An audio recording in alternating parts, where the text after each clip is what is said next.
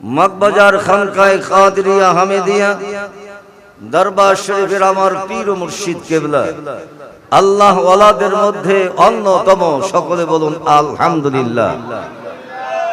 যিনি ছিলেন ইলমে শরীয়তে, ইলমে মারিফাতের দিক নির্দেশনাকারী, যিনি ছিলেন বাতেনকে পরিশুদ্ধকারী, যিনি ছিলেন একজন খারাপ মানুষ থেকে ভালো মানুষের রূপান্তরিতকারী, সেই আমার আব্বা হুজুর কেবলা সাহেবের নেক নজরে আজকের মাহফিলে আসতে পেরেছি।